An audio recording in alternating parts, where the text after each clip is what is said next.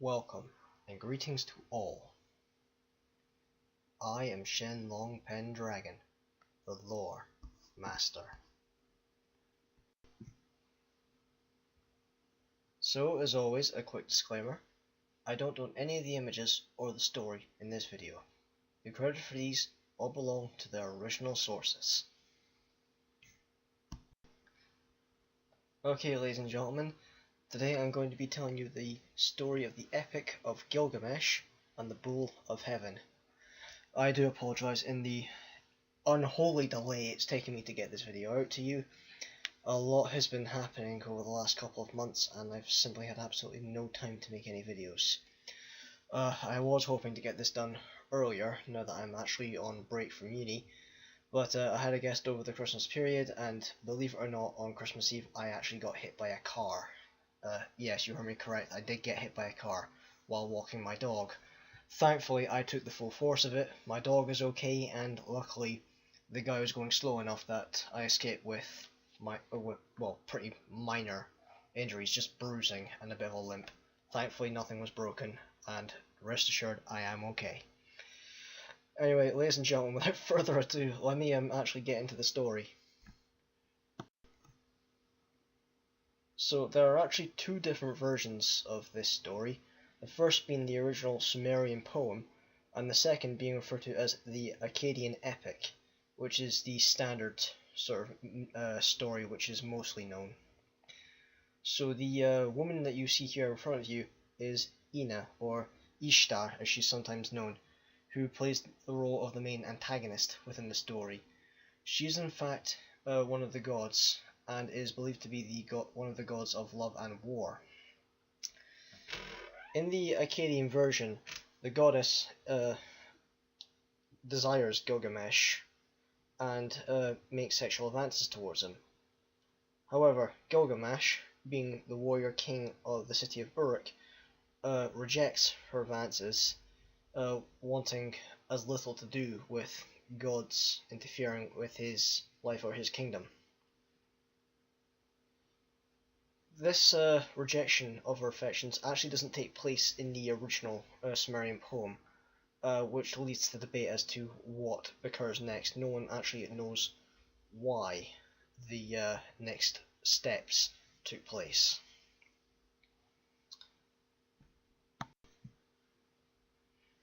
So after being rejected, Ishtar rants about it toward her parents, Antu and Anu, who are the rulers of the gods.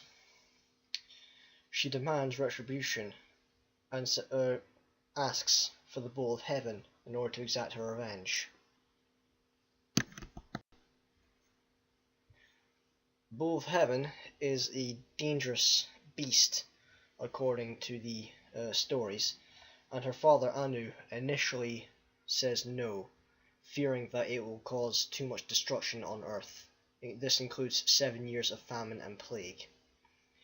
Ishtar assures him that she has the means to prevent these famines and plague, and that her only desire is to get revenge on the mortals for rejecting her.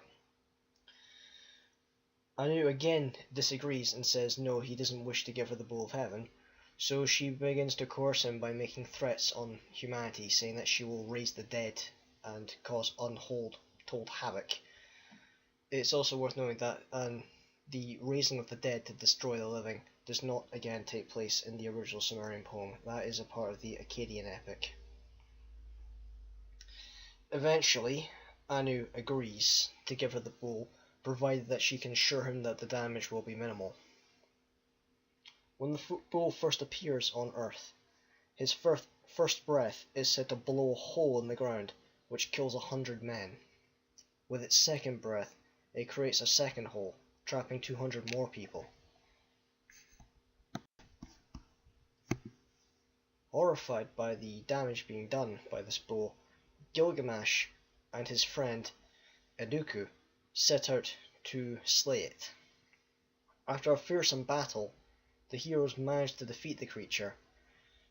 They did this by Enkidu, which you can see here at the back, yanking on the bull's tail, while Gilgamesh thrusts his sword into its neck.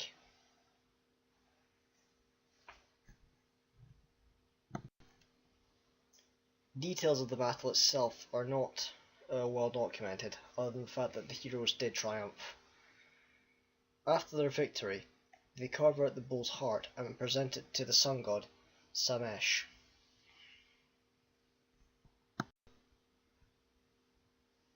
Upon their return to Uruk, Gilgamesh calls for feasting and celebration to honor victory. However, Ishtar still desires revenge and attempts to curse the would-be hero. However, Iduku prevents this and saves Gilgamesh's life by tearing off the right thigh of the bull and throwing it into the goddess's face. While the celebrations continue, Ishtar calls for a mourning of the bull, primarily focusing on what she refers to as the harlots and crippled women of the city.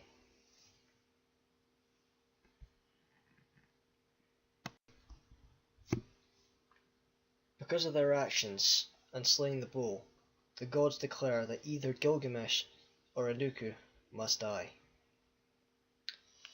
Iduku sees various dreams of different gods judging them, and in the end, he grows ill. It becomes apparent that the gods have chosen him to die based off these dreams.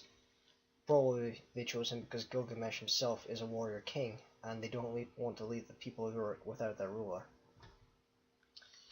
Eventually, according to the stories, Iduku has a dream of the underworld while grievously ill and dies in his sleep.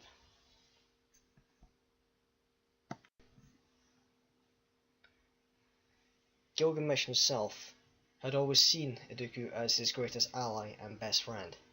He is completely grief-stricken with the death of his friend, especially since the entire purpose of Iduku's life was that he had been sent to Gilgamesh in order to cure him of his arrogance and teach him to be a better ruler. Although Gilgamesh continues to live for many years, it's said that after the loss of his friend, he begins to fear death, especially his own death. And this basically concludes the entire story of the remaining Akkadian epic. Basically, it's just the remainder is Gilgamesh fearing death, worried about the future for his people, and making funeral arrangements for his friend.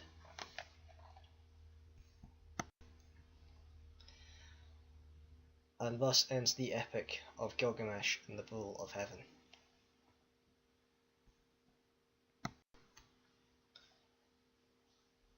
Ladies and gentlemen, thank you very much for listening. I do hope you enjoyed this story, and if you did, then please remember to like and subscribe for more lore, myths, legends, and stories. It was a fairly short one this time, I do apologise. My time is still a bit constrained at the moment, and this story is really not a particularly long one, I'm afraid.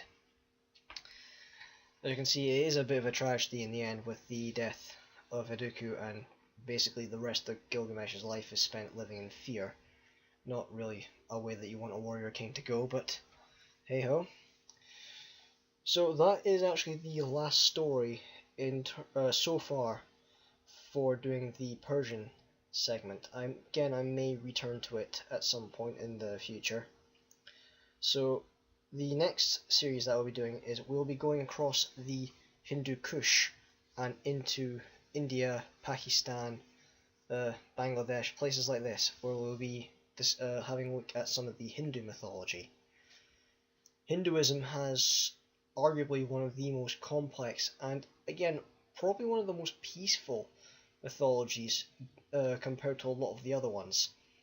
Hinduism, although there is many battles and a lot of violence in their mythology, as there is with all mythology, by comparison, compared to something like the Aztecs or Greek mythology, the violence is quite toned down actually. A lot of it's a much more peaceful, much more stories about getting you to think and philosophize, whereas Greek stories are pretty much all just tragedy.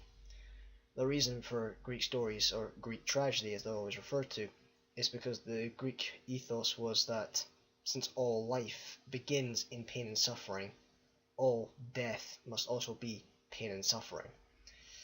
Yeah, a great way to analogize. You're born in pain, you die in pain, you live your afterlife in pain.